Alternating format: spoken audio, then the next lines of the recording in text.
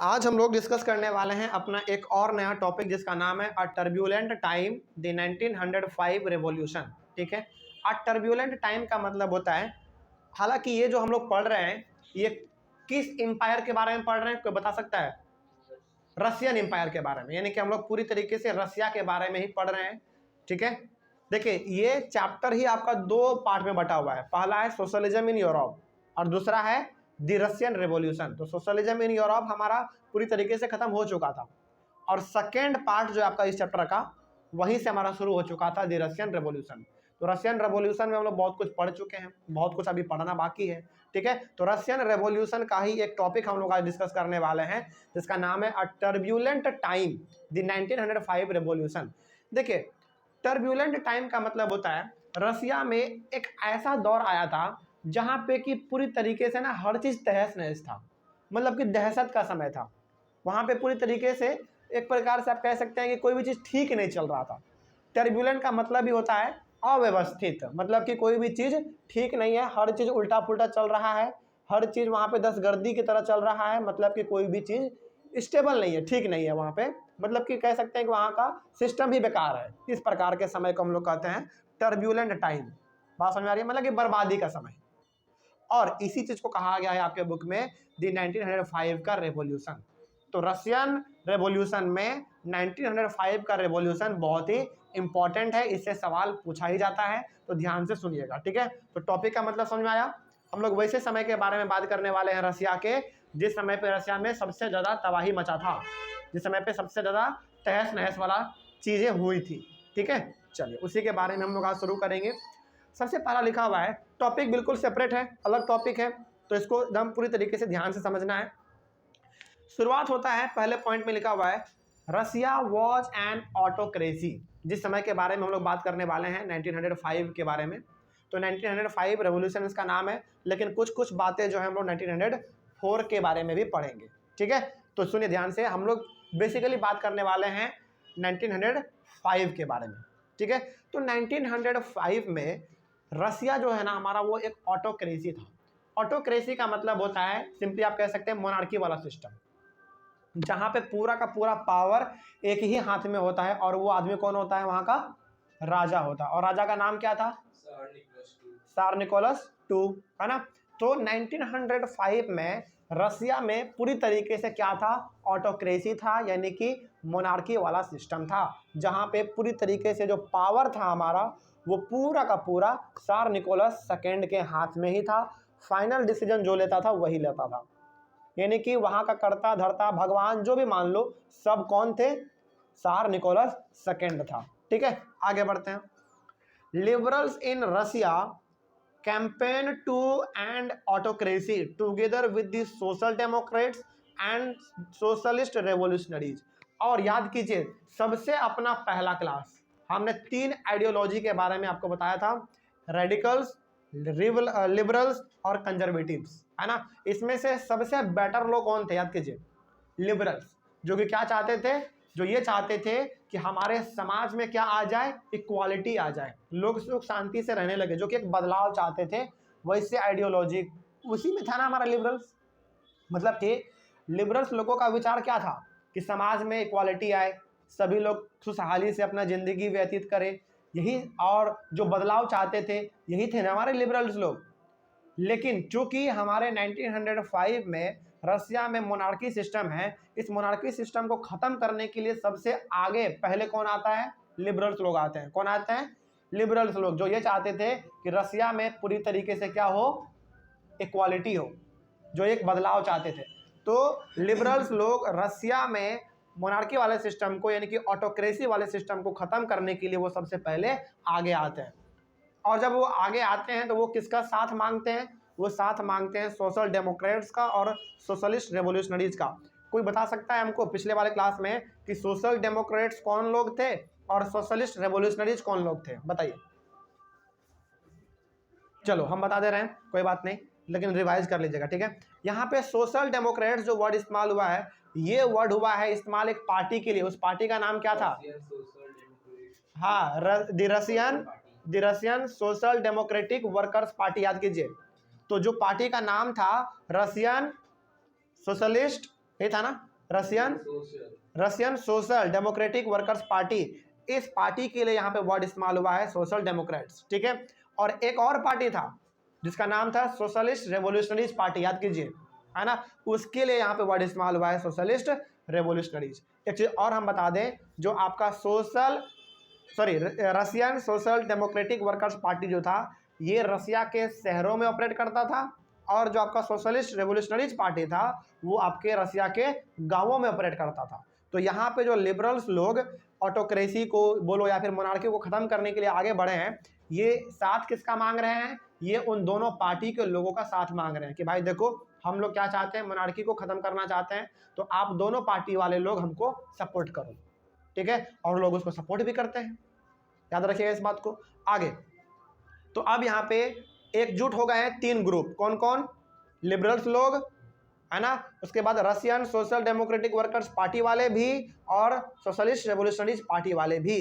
तो दो पार्टी और एक लिबरल्स, तीनों आपस में जुट गए, और ये तीनों का मकसद क्या है? मकसद ये है कि यहाँ से मोनार्की सिस्टम खत्म करो, यानी कि सार निकोलस टू जो राजा है उस राजा वाले सिस्टम को खत्म करो, यहाँ पे डेमोक्रेसी स्टैब्लिश करो, ये इनका मकसद है।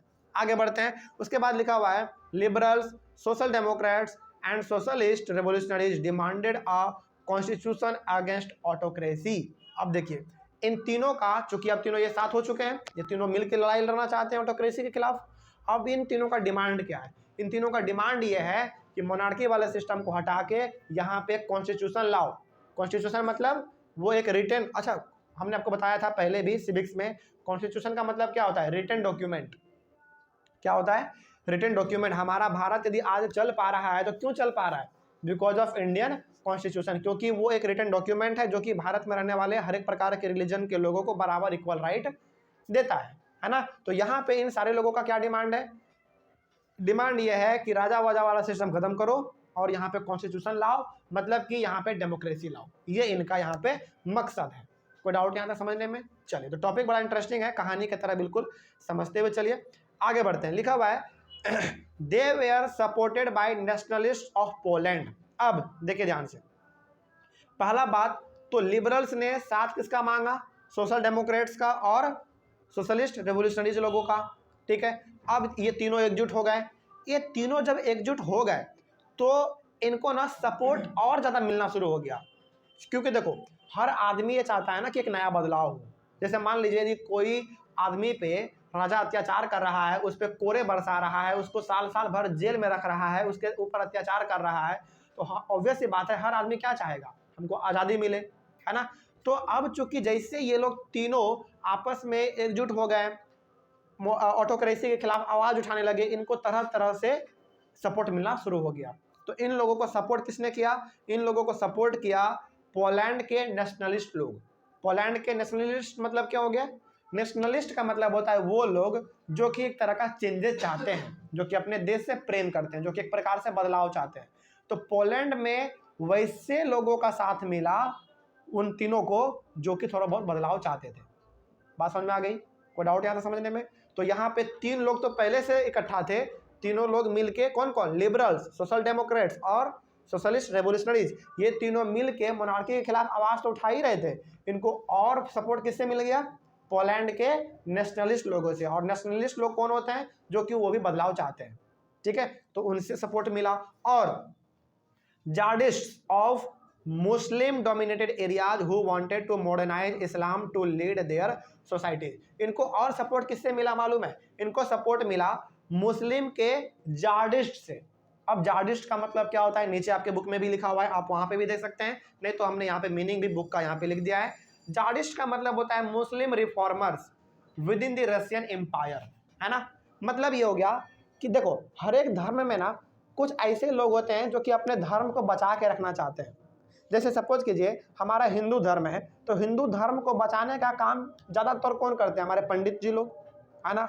उसी प्रकार से मतलब कि हर एक धर्म को में कोई ना कोई रिफॉर्मर होते हैं जो कि उस चीज़ को बदलना चाहते हैं। बात समझ में आ रही है? तो यहाँ पे इन सारे लोगों को किसका सपोर्ट मिला?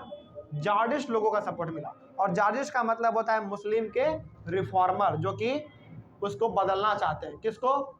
मुस्लिम रिलीजन में यदि कोई गलत काम है तो उसको वो बदलना चाहते हैं। तो इन सारे लोगों को सपोर्ट और किसका मिलने लगा, जाडिस्ट लोगों को, जाडिस्ट लोग भी इन लोगों को सपोर्ट करने लगे। अच्छा यहाँ पे, हाँ क्या बोलो,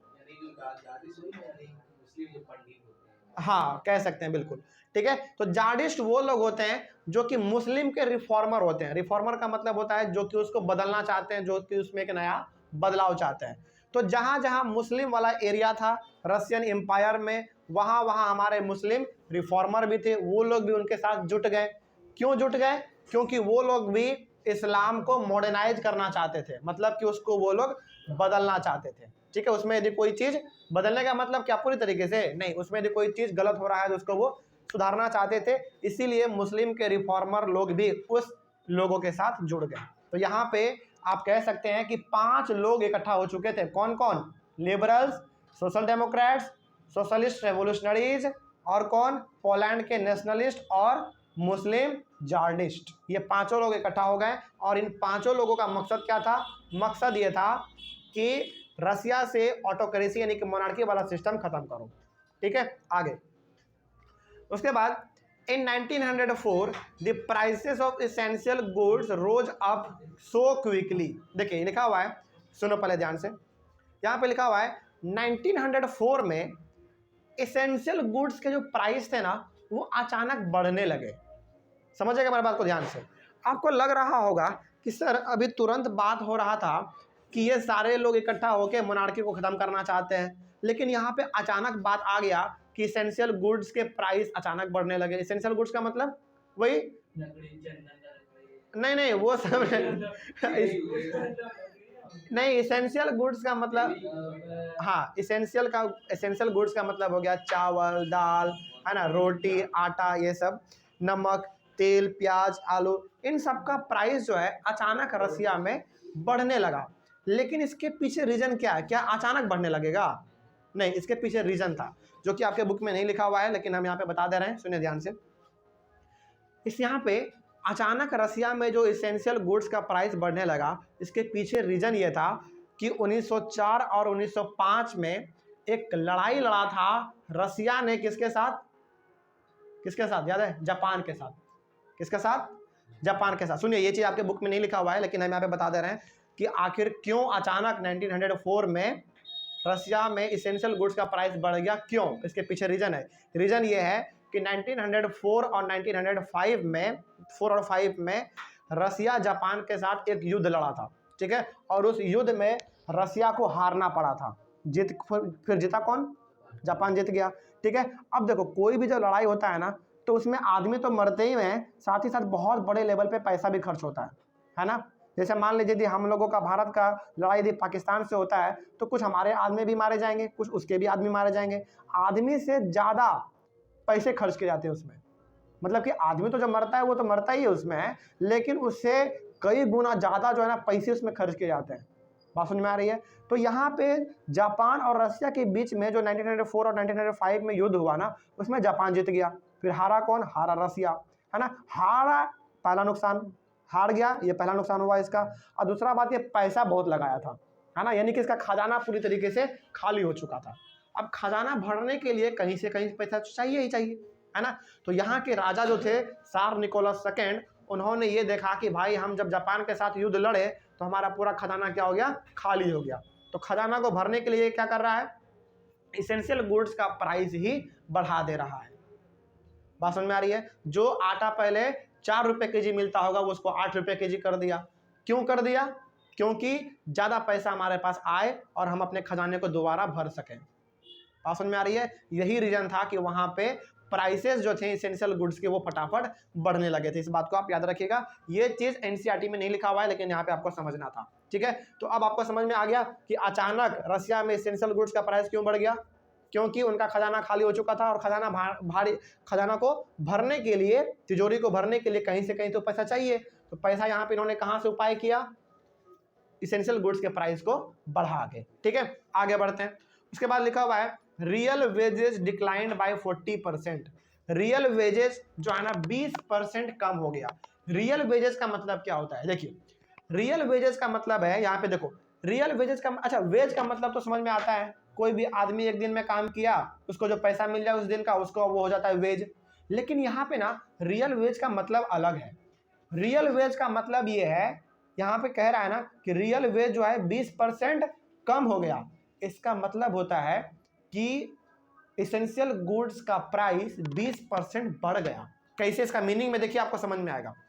real wage reflects the quantities of goods which the wages will actually bye.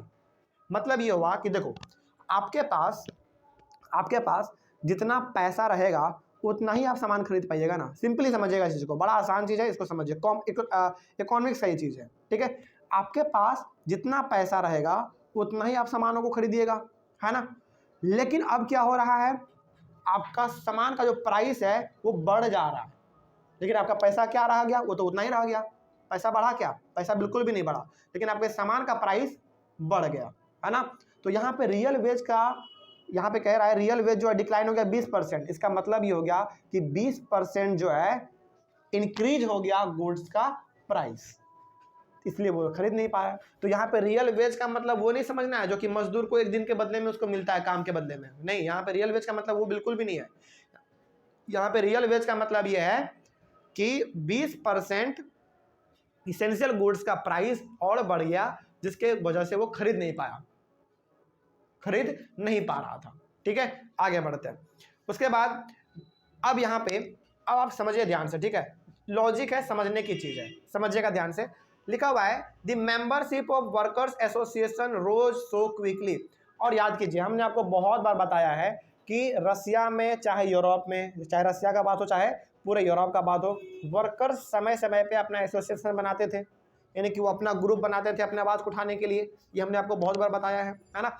अब जब ऐसा सिचुएशन हुआ कि एसेंशियल गुड्स के प्राइस जैसे जैसे बढ़ने लगे, अब जितने भी हमारे वर्कर्स थे ना, उनका जो एसोसिएशन था वो और तेजी से बनना शुरू हो गया। मतलब कि जैसे पहले मान लीजिए 2-3 ग्रुप है वर्कर्स का, लेकिन अब जो है ना दिन प्रतिदिन डेली ग्रुप बन जा रहा है वर्कर्स का। क्यों बढ़ जा रहा है?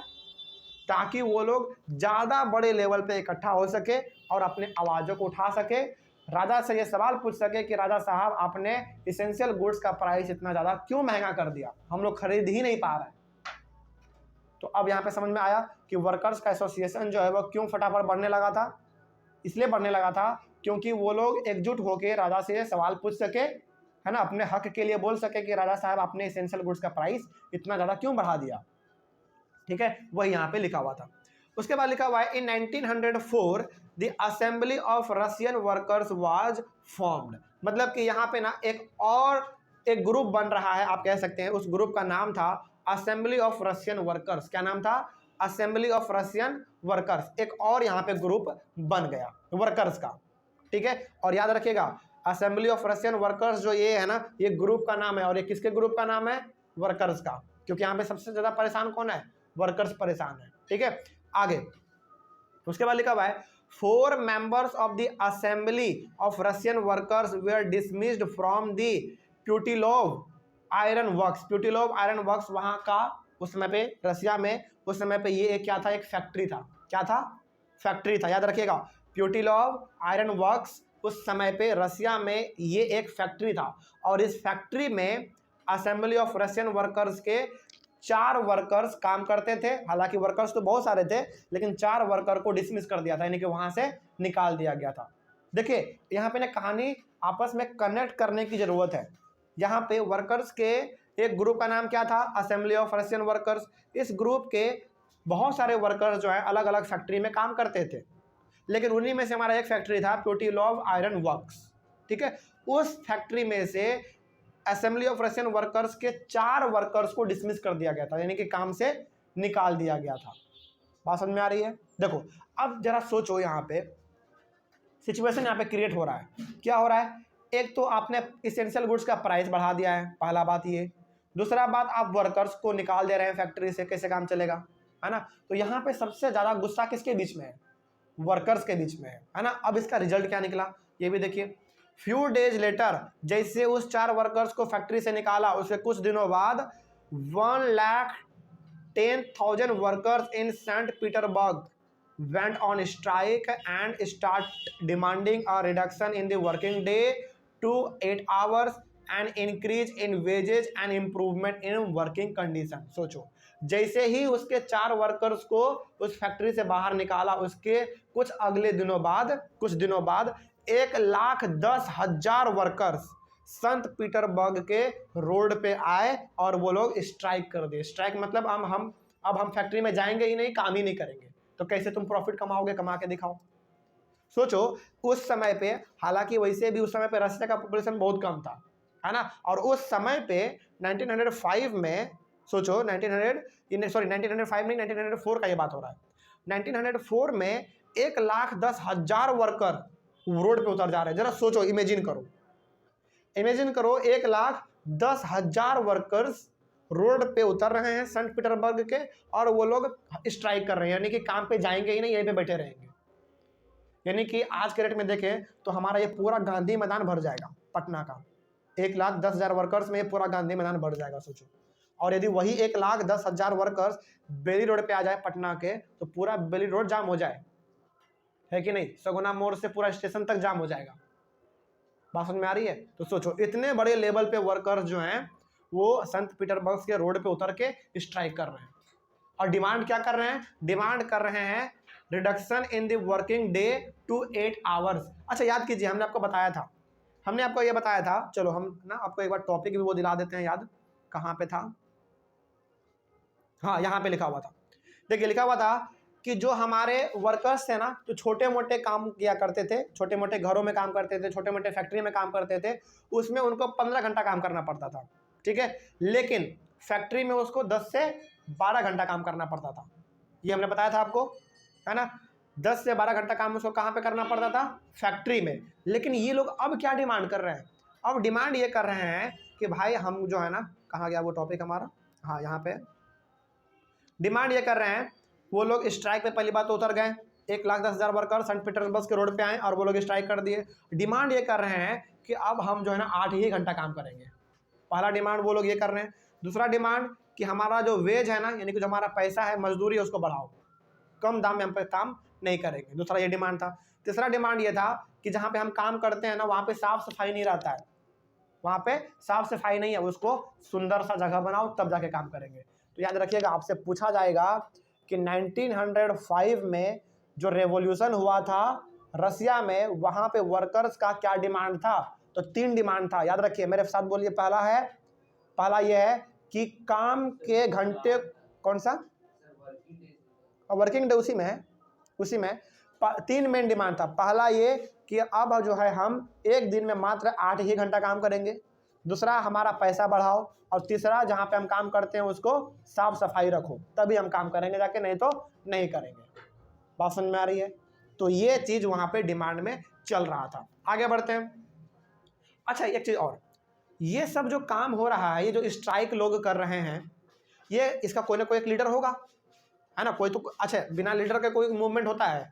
कुछ मूवमेंट नहीं होता। जैसे हमारे अभी राहुल गांधी तिरंगा यात्रा निकाल रहे हैं, तो ये तिरंगा यात्रा जो निकाल रहे हैं राहुल गांधी, तो राहुल गांधी क्या है? लीडर है। तो कोई भी जब मूवमेंट निकलता है, रैली निकलता है, तो उसका कोई एक लीडर होता है। तो ये लोग जो 1,10,000 लोग स्ट्राइक कर दे रहे हैं, इसका लीडर कौन था मालूम है? The procession of workers lead by father Gapon. यानी कि ये जो प्रोसेशन चल रहा था, प्रोसेशन मतलब जुलूस, जो जुलूस चल रहा था स्ट्राइक करने का, इसको लीड कौन कर रहा था? फादर गैप्सन। ये एक नाम है, व्यक्ति का नाम है, फादर गैप्सन, ये इसको लीड कर रहे थे, ठीक है। आगे क्या हुआ देखिए। When the procession of workers reached the Winter Palace, it was attacked by the police and the कॉसैक्स।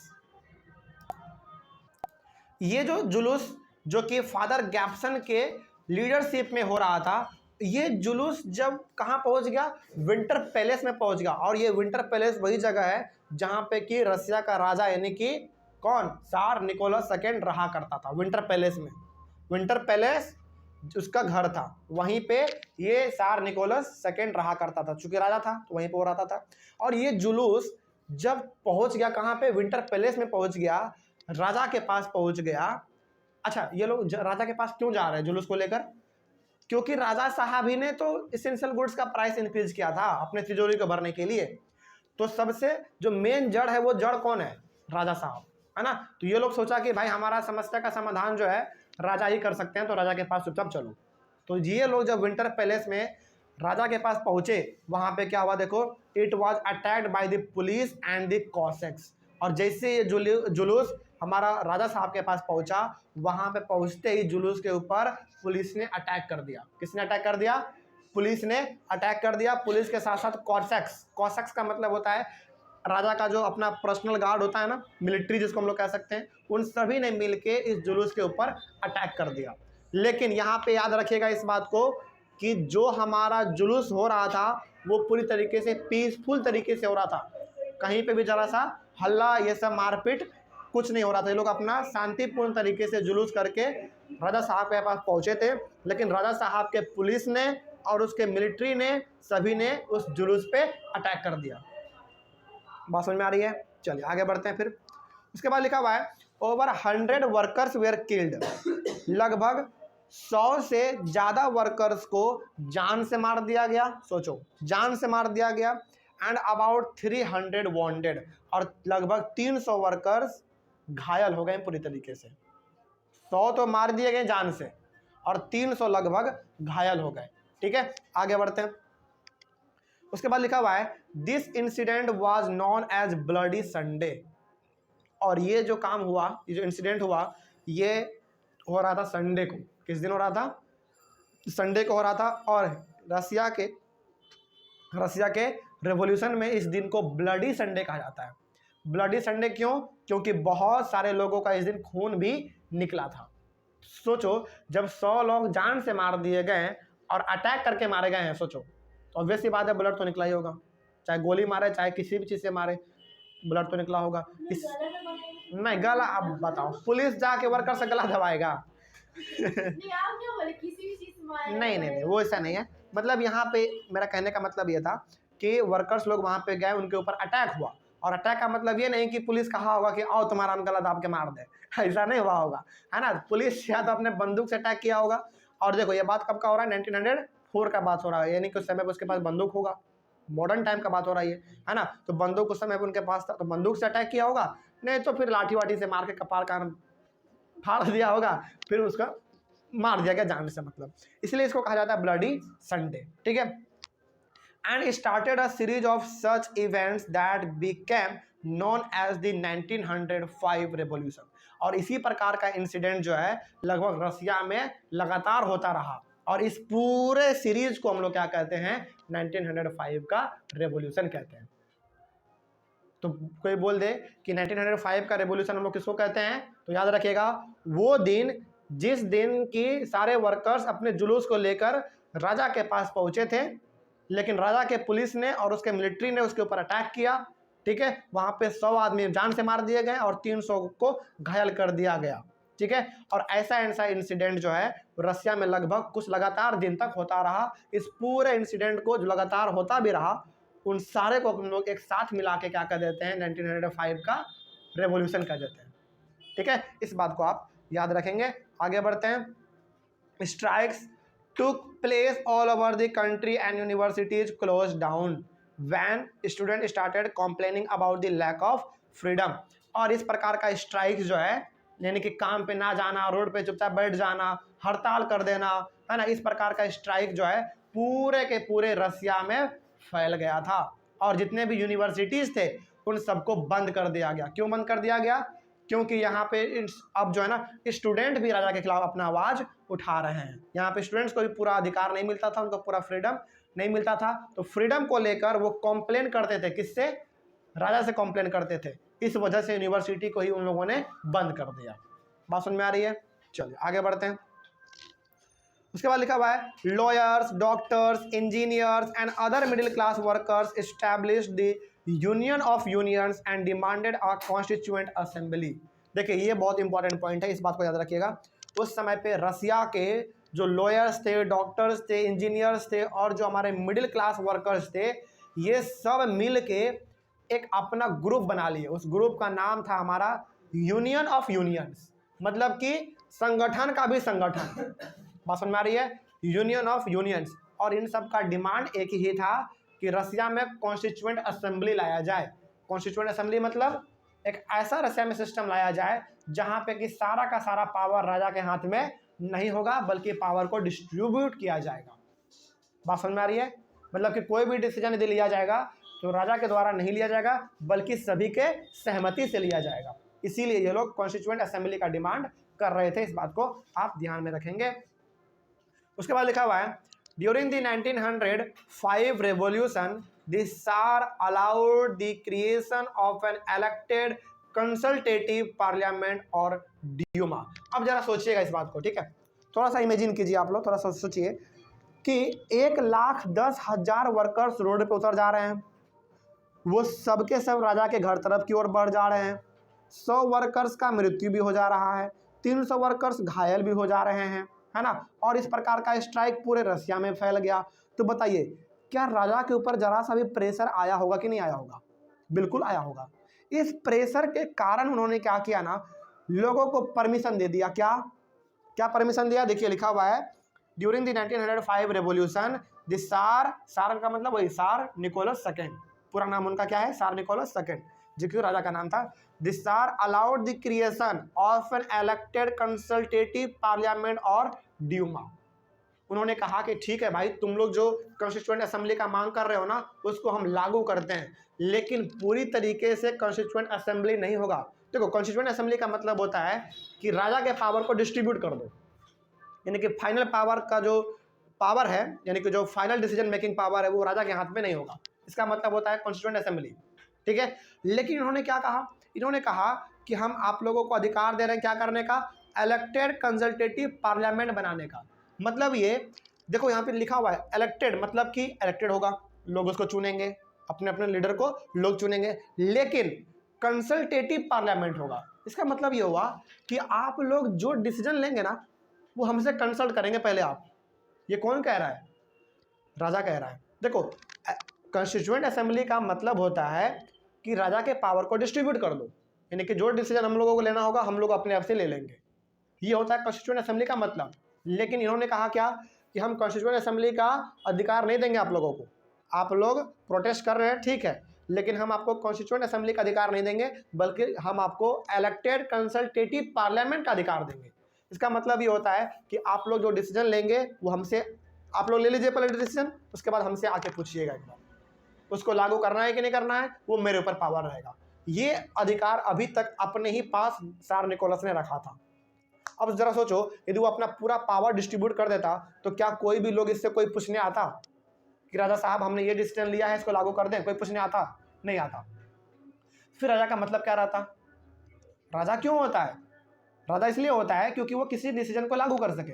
और लेकिन जब लोग खुद में अपना डिसीजन लागू कर रहे हैं तो क्या राजा को कोई काम है? नहीं। इन्होंने यहाँ पे एकदम माइंड गेम खेला। इन्होंने ये कहा कि देखो भाई, हम कॉन्स्टिट्यूएंट असेंबली का अधिकार तो नहीं दे सकते आप लोगों को, लेकिन हम इलेक्टेड कंसल्टेटिव पार्लियामेंट का अधिकार हम दे सकते हैं। मतलब कि आप लोग डिसीजन ले लो पहले पार्लियामेंट में बैठ के, उसके बाद जो निष्कर्ष निकलेगा, जो कंक्लूजन निकलेगा वो आके हमको बता दीजिएगा, उसके ऊपर फाइनल जो अधिकार होगा वो हमारा ही होगा। यहाँ पे ये माइंड गेम खेल रहा है सार निकोलस सेकेंड। और उस समय पे जो हमारा ये इलेक्टेड कंसल्टेटिव पार्लियामेंट था उसको रशिया में क्या कहा जाता था? ड्यूमा। रशियन लैंग्वेज है, उसको क्या कहा जाता था? ड्यूमा। इस बात को आप याद रखिएगा, एक नंबर में पूछ लेगा, 1 मार्क्स में इसको पूछा जाता है कि elected consultative parliament of Russia was also known as Duma, DUMA, Duma. आगे बढ़ते हैं। बट दिस सार, देखो यहाँ पे सार निकोलस सेकेंड ने इलेक्टेड कंसल्टेटिव पार्लियामेंट का अधिकार दे दिया, ठीक है, वर्कर्स को लगा कि चलो ठीक है, कम से कम ये अधिकार तो मिला हम लोग को, है ना। लेकिन बट दिस सार put several restriction on political activity. लेकिन जार निकोलस सेकेंड ने ना पॉलिटिकल एक्टिविटी पे अलग अलग प्रकार का रेस्ट्रिक्शन लगा दिया। जैसे आपको मालूम है कि पहले क्या होता था, रशिया में वर्कर्स अपना कभी कभी एसोसिएशन बना लेते थे, है ना, कभी कभी वो लोग प्रोटेस्ट भी कर देते थे, कभी स्ट्राइक भी कर देते थे। ये सब क्या है? पॉलिटिकल एक्टिविटी ही तो है। लेकिन इन्होंने क्या कहा कि हम अधिकार दे रहे हैं लेकिन पॉलिटिकल एक्टिविटी पे पूरी तरीके से बैन रहेगा, मतलब कि कोई भी पॉलिटिकल एक्टिविटी आप नहीं करेंगे आप, ठीक है। चलो आगे बढ़ते हैं। उन्होंने साफ कह दिया कि हम जो है ना, मतलब कि आपको अधिकार तो दे दिए कि इलेक्टेड कंसल्टेटिव पार्लियामेंट बनाइए, ठीक है, आप लोग डिसीजन लीजिए, हमसे आके लास्ट में पूछ लीजिए, ये अधिकार हम आप लोगों को देते हैं। लेकिन जितना भी पॉलिटिकल एक्टिविटी होता था पहले वो अब नहीं होगा। मतलब कि जो पहले वर्कर्स का एसोसिएशन बनता था, हमारे खिलाफ नाराबाजी होता था, है ना, रोड पे लोग स्ट्राइक कर देते थे, ये सब अब तुम लोग नहीं करना, बल्कि जो करना हो कर लेना, ठीक है। लेकिन ये सब जो कि पॉलिटिकल एक्टिविटी है बस वो मत करना, ठीक है, ये उन्होंने कहा। लेकिन जार निकोलस सेकेंड जो था ना, वो थोड़ा सा ना बड़ा ही उटपटांग तरह का आदमी था। देखो यहाँ पे क्या लिखा हुआ है, this tsar dismissed the first Duma. Duma का मतलब वही पार्लियामेंट, ठीक है। इन्होंने पहला जो पार्लियामेंट बना था, इलेक्टेड कंसल्टेटिव पार्लियामेंट, जिसको हम लोग ड्यूमा कहते थे, उसको इन्होंने 75 डेज के अंदर में ही डिसमिस कर दिया, मतलब उसको खत्म कर दिया। उन्होंने कहा कि नहीं ऐसा कुछ नहीं होगा, बात खत्म करो इस सब चीज को, ठीक है। 75 डेज के अंदर उन्होंने खत्म कर दिया। And the reelected second Duma within 3 months. अब जब 75 डे के अंदर में पहले वाले पार्लियामेंट को खत्म किया गया, तो उसके बाद दोबारा पार्लियामेंट बनाया गया, लेकिन उसको भी 3 महीने के अंदर में खत्म कर दिया गया। बोला कि नहीं ऐसा कुछ भी यहाँ पे नहीं होगा, हमारा ही पावर चलेगा, तुम लोग यहाँ पे बेकार में हो, ठीक है। अच्छा, यहाँ पे कोई भी आप लोग में से रीजन बता सकता है कि वो पार्लियामेंट बना तो रहा है, लोगों को थोड़ा बहुत पावर तो दे रहा है, ठीक है, लेकिन वो बार बार उस पार्लियामेंट को यानी कि ड्यूमा को डिसमिस क्यों कर दे रहा है? इसलिए कर दे रहा है क्योंकि लोग आवाज़ उठाने लगते हैं पार्लियामेंट में बैठ के राजा के खिलाफ। इसलिए कहता है कि तुम लोग हमारे खिलाफ आवाज़ उठा रहे हो, सब बंद करो, समझ गए। तो वो बार बार पार्लियामेंट बना तो रहा है, लेकिन बार बार उसको खत्म भी कर दे रहा है, ठीक है। आगे, he did not want any questioning of his authority or any reduction in his power। Tsar Nicholas second जरा सा भी नहीं चाहता था कि हमारे खिलाफ कोई आवाज उठाए, और ये सब लोग क्या करता था, पार्लियामेंट में बैठ के राजा के खिलाफ ही आवाज उठाना शुरू कर देता था, जो कि राजा को बिल्कुल ही बुरा लगता था। तो ये कहा कि ये सब हमारे ही खिलाफ आवाज उठा रहा है, तो सब पॉलिटिकल पार्टी सब पार्लियामेंट में इस सबको बैन कर दो, यानी कि ऐसा कुछ होगा ही नहीं, हमारा ही पावर पूरी तरीके से चलेगा, ठीक है। तो ये बिल्कुल भी नहीं चाहता था कि हमारे ऊपर कोई आवाज़ उठाए और हमारे पावर को कोई डिस्ट्रीब्यूट करे, ये नहीं चाहता था। ये चाहता था कि सारा पावर हमारे ही हाथ में रहे, इसीलिए ये पार्लियामेंट बनाता तो था, लेकिन बार बार इसको डिसमिस कर देता था, ठीक है। लेकिन आगे लिखा हुआ है, he change the voting laws and packed the third Duma with conservative politicians only. लेकिन तीसरा बार जब पार्लियामेंट बना, 2 बार तो इन्होंने बनाया, 2 बार इन्होंने परमिशन दिया, 2 बार पार्लियामेंट बना, लेकिन दोनों बार इन्होंने पार्लियामेंट को डिसमिस कर दिया। लेकिन तीसरा बार जब पार्लियामेंट बना, तो तीसरे बार पार्लियामेंट में पूरा का पूरा कौन लोग था मालूम है? कंजर्वेटिव लोग। और याद कीजिए अपना सबसे पहला वाला क्लास, कंजर्वेटिव लोग कौन लोग होते थे? जो कि बदलाव बिल्कुल भी नहीं चाहते थे, और चाहते भी थे तो बहुत ही धीरे धीरे बदलाव चाहते थे। तो तीसरा वाला जो पार्लियामेंट बना, उस पार्लियामेंट में पूरी तरीके से जो लोग बैठे हुए थे वो कौन लोग थे? कंजर्वेटिव लोग थे, जो कि बिल्कुल भी बदलाव नहीं चाहते थे, या फिर बदलाव चाहते भी थे तो बहुत ही धीरे धीरे बदलाव चाहते थे। तो सवाल आपसे ये पूछा जाएगा कि जार निकोलस सेकेंड ने जो तीसरा बार पार्लियामेंट बनाया, तीसरा बार जब उन्होंने ड्यूमा क्रिएट किया, तो बताइए कि किन लोगों को पोजीशन मिला पार्लियामेंट में? तो जवाब होना चाहिए कंजर्वेटिव लोगों को पोजीशन मिला था, ठीक है। आगे, liberals and revolutionaries were kept out. Liberals और रेवोल्यूशनरीज कौन लोग? रेवोल्यूशनरीज कौन लोग? जो कि लिबरल्स के साथ मिलकर लड़ाई लड़ रहे थे, उन सबको पार्लियामेंट से बाहर रखा गया, बस कंजर्वेटिव लोगों को पार्लियामेंट में जगह दिया गया। तो यहीं पे हमारा ये टॉपिक खत्म होता है। अगले वाले क्लास में हम लोग डिस्कस करेंगे अपना नया टॉपिक, जिसका नाम होगा the First World War and the Russian Empire. तब तक के लिए thank you very much and have a nice day.